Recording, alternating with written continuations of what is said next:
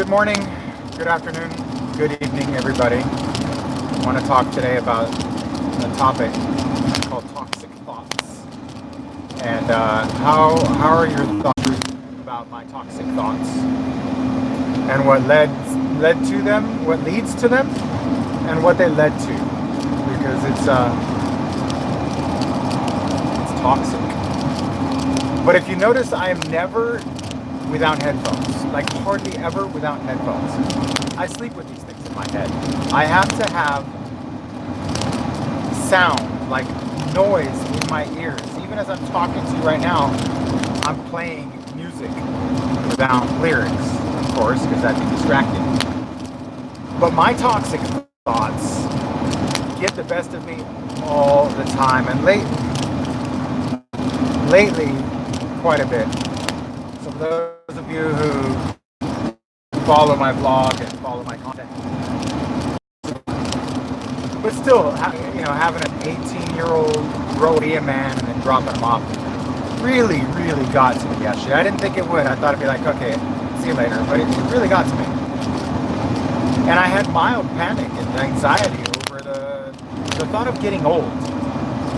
And then last night at about 4 o'clock in the morning, I woke up in cold because I didn't have a blanket. But it woke me up in a shiver that was mild anxiety again. Related to aging. My biggest fear is regret. I don't regret anything. Now, if I had a time machine, would I have done some things different? Not too much. Maybe a little more, catch the ball with him. Maybe 1 or 2 extra lunches. I don't have any regrets because I do what I gotta do when I gotta do it with what I got to do it with. Does that make sense? So to have these toxic thoughts, especially in this industry, oh my God, it is crushing. Because I lead by example. I share with you a platform where I'm constantly go. And I put on this pretty transparent, I would say pretty transparent persona of like, I'm working all the time, really hard. But what you don't see is probably 15 to 20 hours of other stuff, because a lot of people will watch me telephone prospecting. So you'll see maybe a 3 to 6 hour chunk of my day, and I'll divulge a lot and I'll share with you a lot of thoughts and insight. Sometimes I'm watching a movie to distract my mind. But the toxic thoughts that enter my mind when I'm off camera are tragic. It's just horrible. That's probably why I run long distances on the weekends. Like last weekend, I ran 13 miles to escape, to punish my body for having these thoughts, right? Just to, like, shake them loose. So what thoughts do I have? A recurring thought that I have, I don't feel like doing this. I'm not feeling it. And you can see that based on my videos that I put out, where the topic is just not feeling it. And so every morning I have certain videos and certain audio programs that I in my head. I listen to a variety of gurus who inspire me to do something, to get up and act on it, to be inspired to live a great story. Let me show you something. And seatbelt says don't lean in.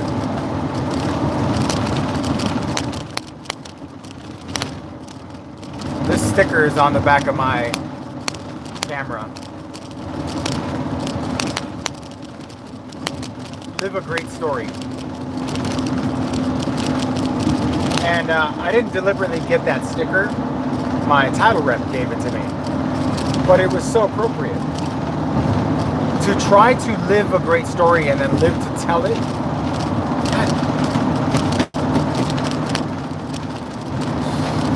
To try to live a great story and then tell it and try to share it is really hard when I gotta put on a face, when I gotta, smile for the camera and say, let's go get them. Because I never want to be that content creator who isn't totally transparent, who doesn't tell you the hard times, the difficulties of this business. I mean, I don't want to work this hard. Not on selling real estate. For example, that client that I listed like a week and a half, 2 weeks ago. I've been in this business long enough to know that when I was signing the contract, I knew what I was getting myself into. And when I was spending an hour, 2 hours, 3 hours every visit, I would probably venture to say I spent a good 10 hours, maybe 15, 10 hours. Well, you add up the open house, probably 20 hours over the course of 11 days at this house. Orchestrating painters, carpet guys, cleaners. Last night she canceled. Too much stress for her. I knew in my head that was happening. I knew it was going to happen. I said to myself, I'm going to write a little note and I'm going to put it in her kitchen drawer and stick it somewhere where she'll never find it for the moment that she cancels. And then I would have said, do me a favor, go to your kitchen drawer, reach up here and open it, and it would say, I knew it. Because I knew it. I know people. Did that hurt me? Did that crush me? No. In this business, those toxic thoughts of losing a listing don't hurt me so much.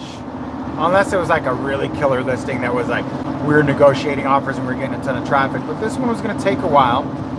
And I never lost what I don't have. And that's something that you as agents and just citizens on the planet Earth, you can never know, you can't lose what you don't have. It's like seeing a girl at the store and falling madly in love with her and being heartbroken. Did you even introduce yourself? Was it really something there? I think kind of though it was a combination of she canceled right in the middle of my yesterday where I was preparing to say goodbye to my son in college. And although it's 30 minutes away, I could literally take this very same freeway and be at his dorm within 30, 45 minutes and give him a hug and tell him I love him. There are certain things in life that you just have to face. You face it through suffering. If you don't suffer, you don't grow. You cannot live in comfort in this society, this world right now. It is so comforting. Everything we do is so comforting. We go into a room, the temperature is not right, we adjust the thermostat, within a couple minutes we're comfortable. We go into a listing presentation, we have the presentation ready, we go through the motions, slightly uncomfortable if you're not nailing it, and we lose it. But is that truly discomfort? No. Maybe you go out to eat, maybe you do a line, maybe you smoke a joint, maybe you take a shotgun of beer to like adjust your comfort back to like, oh man, I didn't get it. You die in comfort and you live in discomfort. You've got to get used to being uncomfortable. You've got to get used to being extremely uncomfortable to grow, or you shrivel. I read somewhere that a bamboo takes like 5 years to grow out of the ground, but then it takes a very short time for it to start skyrocketing, right, in its growth. And I've always felt all my life I've always had to work. I've never had it easy. Nothing comes easy. I guess the only thing that comes easy is being myself on camera. And even that took quite a bit of time. I mean, I had to force myself in 2011 to live stream just like this 24 hours a day, 7 days a week. I did that to break through the discomfort, but it wasn't like physical discomfort. So what's making you uncomfortable right now? What is it that's making you uncomfortable? Me, I just for the life of me cannot get out of bed earlier than 7 a.m. Period. I roll out of bed around 7, but I don't technically fire on all cylinders until about 9, 10 o'clock, and I'm transparent through the vlog. Through my vlog, I share with you guys, hey, it's about 10 o'clock. I mean, this morning I had to take my daughter to school. Didn't really sleep that well last night. Full transparency. I slept under the pool table with my 7-year-old. She's been wanting to do a sleepover in a fort, and she made a fort under the pool table with all these blankets. I survived. She got up at 4 in the morning and ran upstairs and was mad at me because I left the fort, but I was right there next to her. She just was half asleep. My kids are weird sleepers. They sleepwalk and sleep talk. They do weird shit in their sleep. But anyhow, it was uncomfortable to lay on the floor, right? I still had my headphones on. It's uncomfortable, man. It's uncomfortable. Life is uncomfortable, but if we don't know the darkness, we can't appreciate the light. This extreme anxiety I had yesterday when I said goodbye, right? When I that moment that I had to hug him and take photos for the vlog, I was just like stunned. Like the whole day is like, well, it's just a day, you know, we're having fun and la-di-da. But at the end, I was just a dose of reality. Holy crap, I'm getting old. I held back a ton of tears. Haven't shed one yet. It takes a lot for me to cry. And I never cry in front of anyone.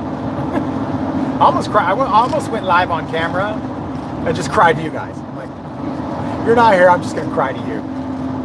I can ignore, you know, the technology to shed a tear. But my mom always said to me, and she said this the night she died, Jimmy, don't ever get old. Getting old sucks. But then you got to look at what is old. Is old physically disabling? There is the discomfort. Therein lies discomfort. Like back pain, leg pain, growing pains, cancer. What? Yeah, cancer's everywhere. Right? Sickness, knee replacement, hip replacement. Is any of that in my future? I don't think so. I'm a perfectly healthy guy. I'm 46 years old. And even just then, I was like, oh my God. My birthday's next month. I'm going to be 47. Yet in my brain, it's still like in my head. I'm still thinking like I'm 21. I haven't matured past that age. I'm still the same person as I was when I was a kid. But it's very uncomfortable. Getting old is very uncomfortable. Selling real estate is very uncomfortable.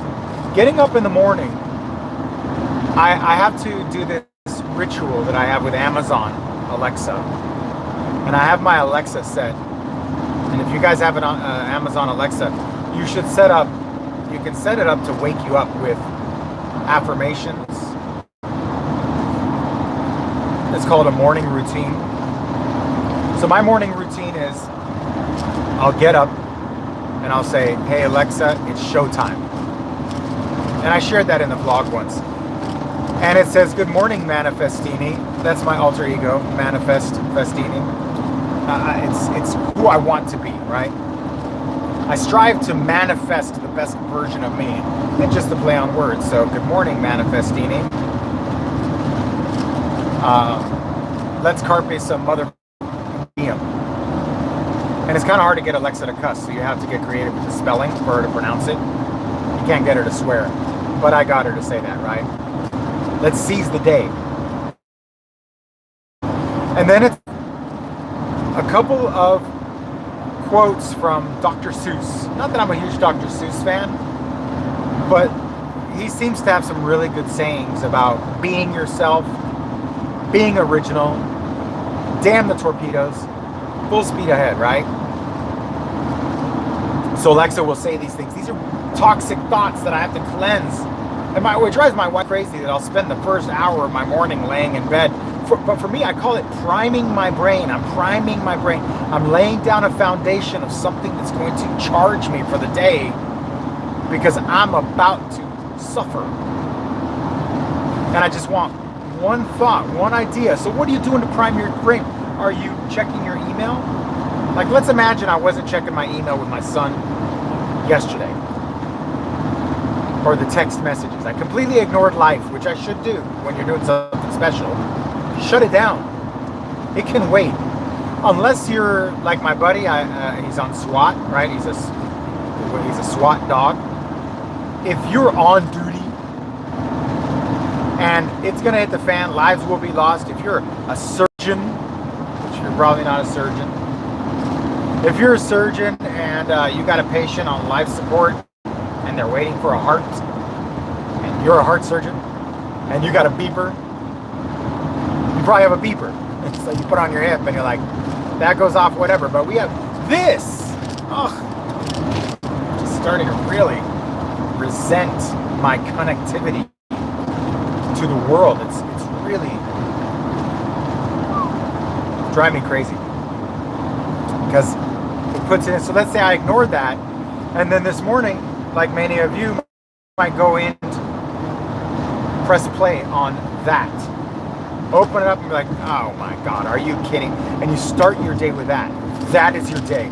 That's how you begin your day, with a cancellation of a contract, dealing with that. And yet somehow for me it was easier yesterday to have my mind in both places, on my son, the pain of like having to say goodbye, and then the pain of having to deal with a client who totally wasted my time. Maybe one day I'll get it back, maybe not.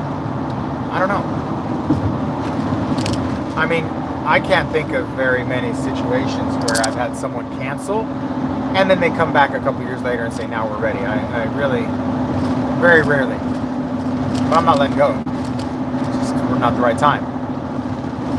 And you always got that little bug in your head that says, are they canceling because they found a buyer themselves and they're trying to undermine it?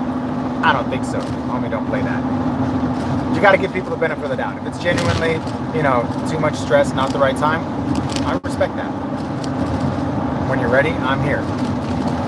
So now, the toxic thought, though, like there was a moment where this individual client was communicating with me a lot. Like we're talking about the time I spent physically, but there was a lot of texting and dialogue, which I'm not, it didn't bother me. I wonder if that's my SWAT buddy. That is a canine car.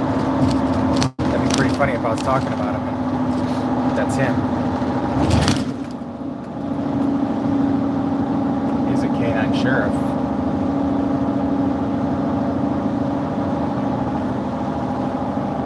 Anyhow, if it was a matter of ridding yourself of these toxic thoughts, right? What is it going to take? No, it's not him. Guarantee they know each other though. Ridding yourself of these toxic thoughts starts in the morning. It starts with giving yourself a relief from technology. It is so toxic, especially like on Facebook and Instagram. If you're subscribed and following people who are toxic, that will hurt. You will cause permanent daily damage. It'd be like someone like your neighbor throwing a bag of dog, or someone crapping on your front lawn every morning. And that guy's coming up the street. Every time he comes down my street, his dog craps on my lawn. Today's gonna be the day that I'm gonna yell at him, right? Even pick it up, it's like, damn, the dog's killing my grass, right? Are those toxic thoughts killing your grass? Is Instagram crapping on your lawn, right? Are you letting birds poop on your head daily? Not the lucky bird poop on your head, but the unlucky one. If that's the case, you've got to stay away from it. My toxic thoughts are so crushing. The biggest one over the last, you can say every day, like right now. I really don't feel like it. Door knocking, I just don't feel like it. I look at this, the direction of our industry. Ooh, what a toxic thought. Oh my God, it's almost over. I mean, so what? We got like 5 years of doing this? 5 years? 5 years. And here I am trying to pacify my son going to college for 4 years. And yet, I'm sitting here crying wolf over 5 years. An adjustment. We have time. We have time to do things. But if we're not doing, we're dying. If we're not growing, we're dying. If we're not discomfort, if we're adjusting the thermostat every time. That's why I enjoy, like I said, running long distances and jumping in the pool, especially in the winter. Like right now in the summer, the pool is probably about 70 degrees. It's still a good wake-up call. That's why every day, almost every day, I jump in there first. And I really, my real pattern would be, when I get in the shower in the morning, it's probably going to give me a heart attack one day. But getting up, walking into the shower, and thinking to yourself, it's 6 o'clock, I could probably sleep another hour. That's toxic. Can you beat your brain? Can you, it all happens in the mind. Your brain and your body, you have to understand, the combination of your brain and body is the tactical advantage over self. If you let one or the other win or lose, it is totally up to you. Especially if I'm talking to someone in the United States of America, 2019, the greatest era ever to be alive, in my opinion. The greatest possible planet. There's no alternative. It's not like if you killed yourself that you get to go to, like, I don't know, perpetual Disneyland. This is it. This is it. This is the only planet we get. This is the only life we got. You only live once. You only die once. And make the best of what you got. But there are moments, maybe it's my heart rate, maybe it's my diet, maybe it's my health, maybe something, there's always that little voice in the background that says, you're not going to do it today. You're not going to do it. Just don't feel like it. Just rest your head back in the pillow. Just relax. Just relax. No need to do this. You don't have to. You don't have to get up, man. It's Thursday. You got a 10 o'clock appointment. It's like an hour drive because that's where the lady lives. You can just take it easy. Just take it easy. Just relax. But is that what you do? What do you do then Sunday, right? I give myself Sundays. For the most part, I take Sundays off. I relax. So what am I supposed to say to myself Sunday where I'm like, just relax, it's my day off? Why do I get one of these just relax, get out of jail free cards on a Thursday morning when Sunday's like 72 hours away, 96 hours away? And then what I'm going to do is I'm going to punish myself for being such a bad boy during the week. You have total control over your life. So you've got kids. Got one less right now. Guess that's cause for celebration. Financially, this is going to be the same. But physically, like the observation, maybe I'll, there's rumor of moving in the Festini household. Downsizing. It's got a big house. We've always done that, right? Honestly, I've been watching van life and minimalism. And just saying, let's just strip it all down. Everything we have, we don't need this stuff.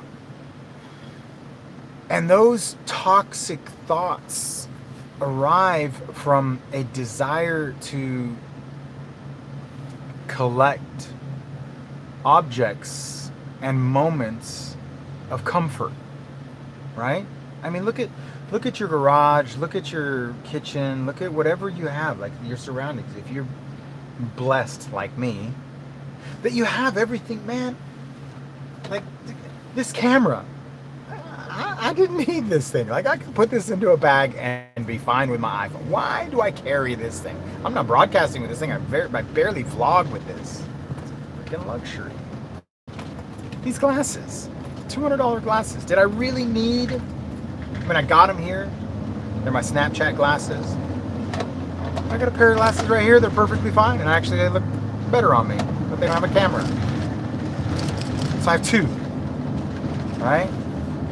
Do you have two of everything, and is it weighing you down? Is it causing these, like, people want new, right? So as a society, we always want something new, and that desire, we have to resist against the desire for objects that cause us comfort and learn to train our minds to satisfy our discomfort in our mind. And once you remove comfort, and the discomfort isn't like, oh, we're not talking about like go and, break your legs so you're uncomfortable. But there are a lot of people and a lot of, I'd say most of the successful people in life are that way because they run in the morning, they work out in the morning. I mean, look at your heroes, right? The people they at minimum go for a walk, or they meditate, or they're exercising before anybody wakes up. They're exercising. They're causing discomfort. And they're good at life, right? They're doing life. I do this thing all the time. I use my because I like catchphrases. They're doing it. They're crushing it. They're 10xing it. But is that what you're doing? Is that you're doing life? You're doing it right? How can you know that you're enjoying it if you don't suffer? If you don't know darkness, how do you know you're in the light? If you don't know love, how do you know heartbreak? If you don't know hunger, how do you know to be satisfied, satiated? If you're thirsty, have you ever been like thirsty? Not like thirsty. I've been stuck on an 18-mile run without water for like a 4 or 5 mile stretch in intense heat. I do this thing where if I'm going to do a long distance run, like 18 miles, I'll get frozen water bottles the night before, and at mile 1, I'll drive my car 18 miles in one direction, and then every mile I'll throw a bottle out my window, a water bottle, frozen water bottle. And the weirdest thing, like I'll throw out 18, 15 bottles, and I'll find 10, 5. So I remember several times where I couldn't find those bottles. They were gone. And I wasn't in an area with a liquor store where I could drink water.